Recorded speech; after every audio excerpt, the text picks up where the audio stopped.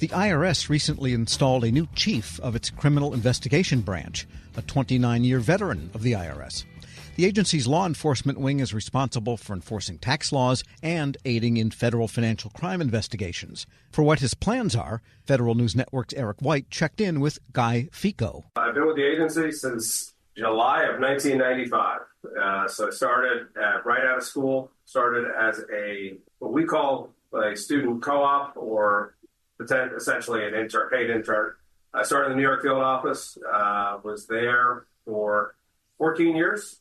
And then from there, I've moved on and had different management responsibilities, different bench positions, all supervisory, frontline supervisory, special agent, assistant special agent in charge. I've been a special agent in charge in our Philadelphia field office.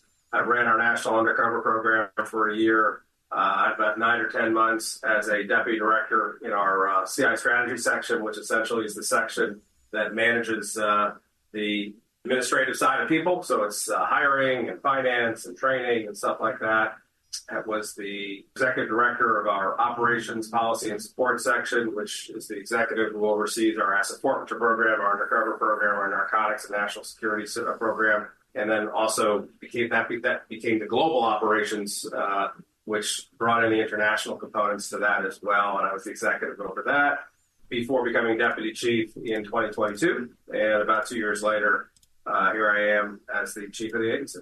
Yeah, so if you could just lay out kind of for us what the IRS's law enforcement wing looks like. What was it about? Was it the law enforcement part that always interested you, or is there another aspect to it? So I had an accounting degree in college. So I very much enjoyed, I'll use the word, being like an analytical geek. I mean, I enjoyed getting into the numbers. I enjoyed in later years playing fantasy sports and looking at stuff like that. So putting together forensic financial puzzles was always something that was very interesting to me. My older sister was a revenue officer with the IRS. So through her, I got to see some of the great work. And then New York field office at that point, actually was the Manhattan district that I was hired into, had a whole litany of fantastic results.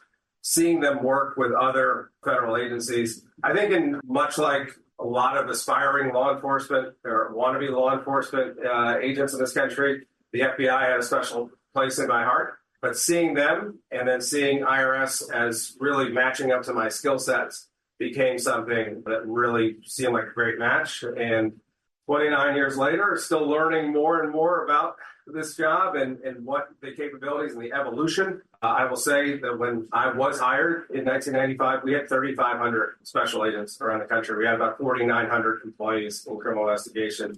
We've hired the last couple of years, and we've been able to move up our ranks a little bit, but we're still about 2,250 special agents, about 3,400 overall employees. So we're about 60% of our values of our ranks that we were in 1995.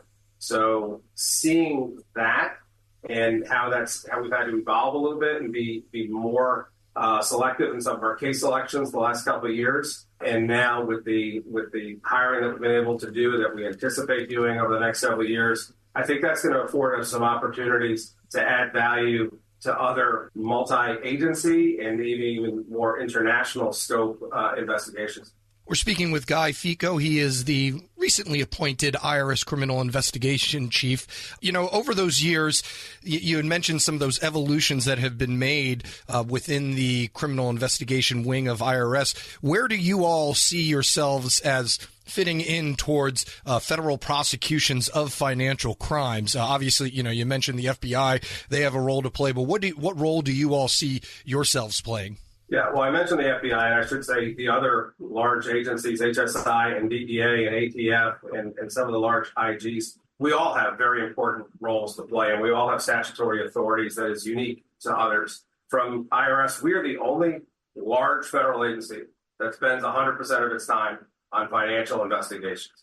And we're the only agency that has statutory authority to investigate and recommend prosecution for federal income tax violations. So from my seat and throughout my 29-year career, and as long as I'm here, tax, because of that unique ability that we have, will always be the number one priority for IRS investigation. We have to deliver on that. We have the only way, in my opinion, the only way a voluntary compliance tax system like we have in the United States works is with deterrence.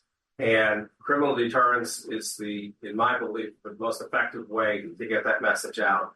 But in terms of our overall financial prowess, I think we have unique skill sets that allow us to work very well with other agencies and add that financial expertise. I think that we've evolved, and I think we'll continue to have to evolve, but I think we've evolved over the life of my career and moved into areas like crypto and taken a leadership role there. And I think if you look at a lot of the very large prosecutions as well as criminal forfeitures in the crypto space, IRS is, if not leading, is very much involved with those investigations. Yeah, I wanted to get into that a little bit just because, as a criminal enforcement wing evolves and advances, so too do the criminals who actually commit those crimes. What is it that you have been seeing in the changing landscape? Crypto is obviously a big factor, as anywhere that you can hide money. But what are some of the other trends that you're seeing on those who are trying to avoid taxes?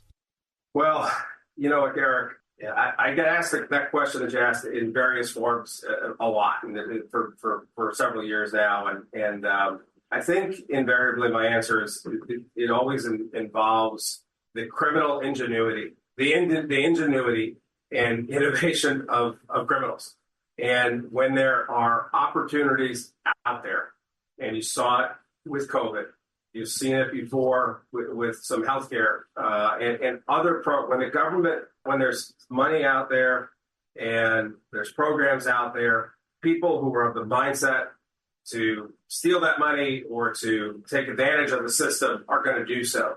And I think that ingenuity probably keeps me up at night more than anything, because knowing that my agents and my investigators and the other agencies and their investigators, we're working on where we are in June of 2024, and we're all working to try to leverage technology and data and proper investments and public-private partnerships, you name it. But criminals, they get to skirt outside that and try things. And we see some things, certainly crypto, which, 6-7 years ago, I think there was the perception amongst the public and criminals that crypto transactions were secret. Clearly, the blockchain and the public nature of the blockchain has proven that incorrectly. But now you've moved to other forms, and whether it's other crypto coins beyond Bitcoins, now we're moved into stuff like Monero and stuff. If we talk about non-fungible stuff, there's a lot of different areas that are potentially out there. And we need to stay on top of constant training and constant working with our partners and our experts in that space to try to compete and try to actually stay in a position where we can actually properly investigate, recommend prosecution, and provide deterrence. Yeah, finishing up here, you had mentioned that you plan on making a lot more hires in the near future. I was wondering what other strategies you're going to utilize in order to make sure that you are doing that and keeping up, as criminality will never stop and it'll keep on going. Well, one interesting thing in the hiring front, Eric, to be a special agent, IRS special agent, there's an educational requirement. But there's an age requirement. You need to be under age 37 so you can fulfill a 20-year appointment. So 57 is a mandatory retirement. But there's an education requirement that up until a few years ago, probably 95% of our agents came on through education, which basically is to have a bachelor's degree and have a minimum of 15 credits in accounting and then additional credits in overall business administration. One strategy that we've been working on in the last couple of years, and that number where it was 5 or 10% a few years ago, about 30% of our new hires the last couple of years have come on through career experience. And that's areas that we've been able to recruit and bring on some really talented people who may not have gone to school for accounting, but have spent time in working at financial institutions, working in fintech, working in crypto organizations, doing other work that is proven to be very adaptable to the type of investigations that we are doing now and we anticipate doing for the next several years. That's an area that I think we're going to continue to recruit to. Don't get me wrong. I love having accountants. I love having that background, good, strong accounting background. You can take that in a lot of different directions, and it's